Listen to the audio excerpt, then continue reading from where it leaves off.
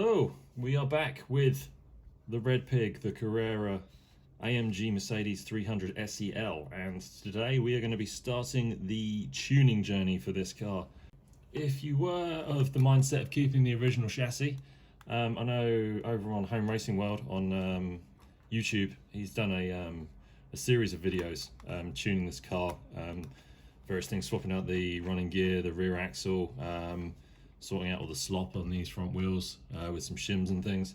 So if that's the route you're going down, I really recommend you go and check out, if you haven't already, go and check out his channel, because he's doing some wonderful things with this car over there. But I'm going to go down a slightly different route and going to go for a full chassis replacement. I'm going to be losing all this Carrera gubbins here and going with a 3D printed chassis.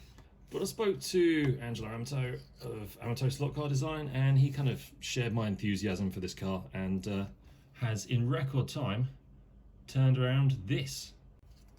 I've had quite a few chassis off him in the past, but this one is very impressive.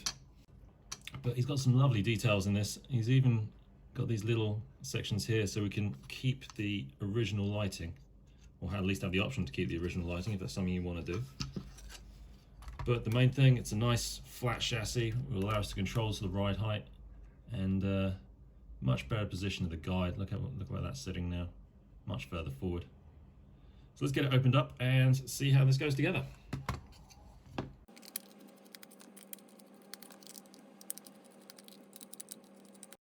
See, one of the problems with mounting a chassis on this car is you can see up here the front mounting posts are really far forward, and that's pretty much where you're going to want the guide and everything to be. So if your mounting posts are here, your guide can't be here, which is why the guide, well, one of the reasons why the guide is situated so far back on this car, but that's not ideal.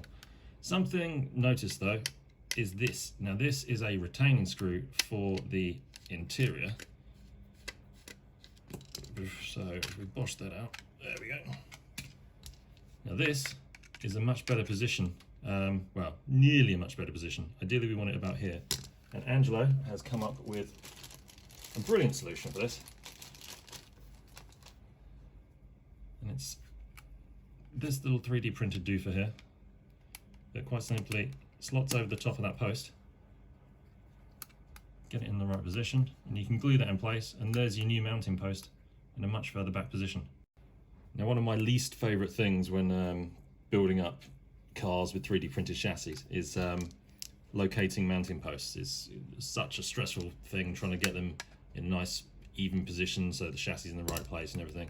Whereas this takes all the stress out of that. It's using the original post here, just simply slide it over and make sure it's square, and glue it in place, and you're done. I mean, it's fantastic. Great solution for that. So that'll be there.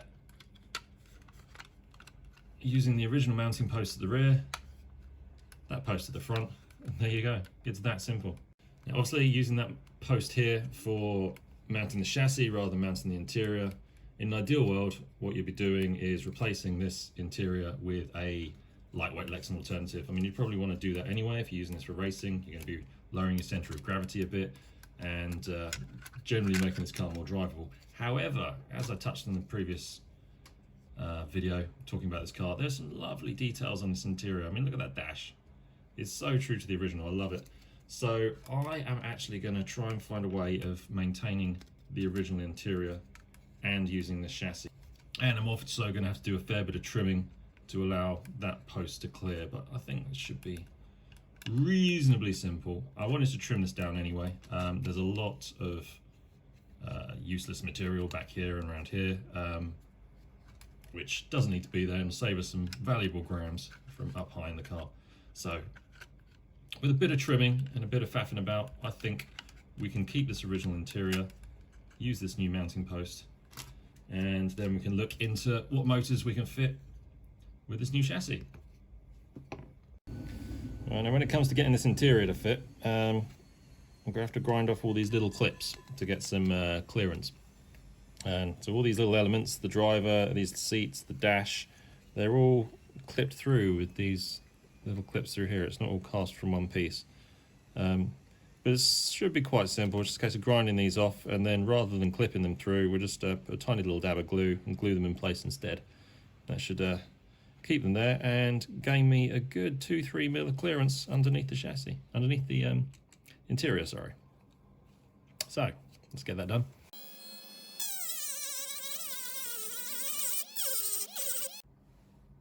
Yeah, better already.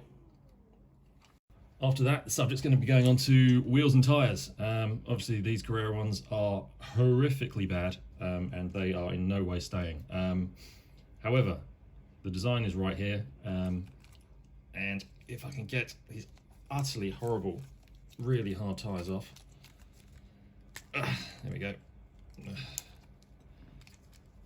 You can see that this is a separate part from the wheel. It's almost an insert already. So this can be poked out. We'll grind off some of the external radius and use it as an insert in some new wheels. Now, new wheels, probably looking at something like this. This is a Slot It G25. It is the 1323. So it's a 20.2 by 10.6. It's got quite a nice amount of meat on it, so hopefully should fill these monstrous arches reasonably well.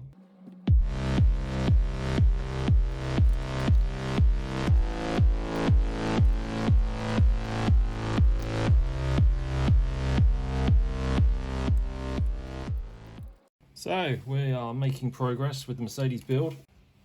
Yes, now I've just got to put some screws in so I can set the height of the front axle.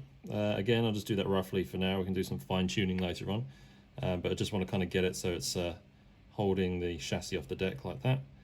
And then we can see about putting the guide in. This is always my guide of choice. It's the Slotting Plus guide.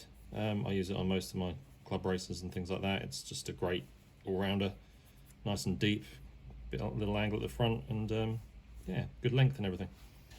So let's do that.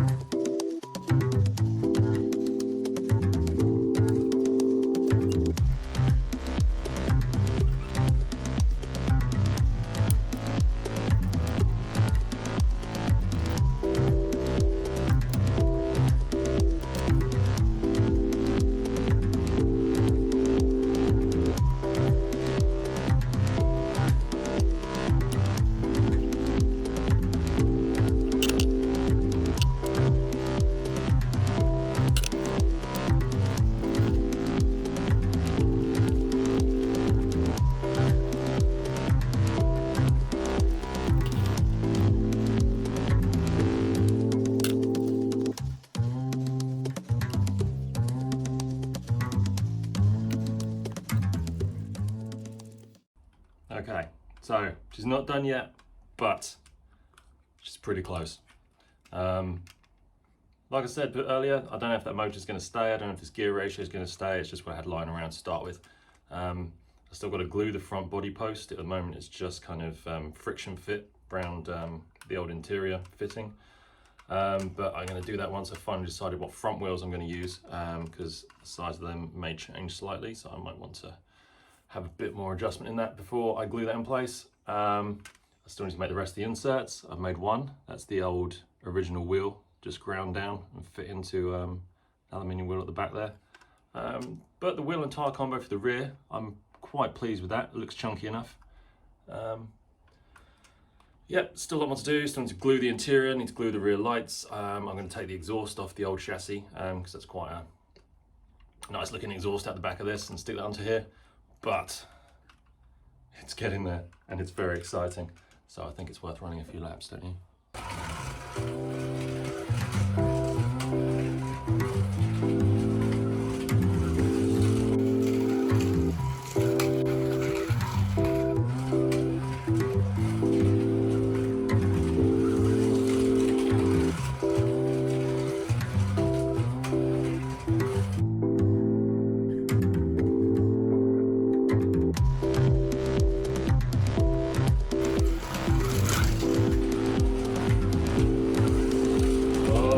awesome.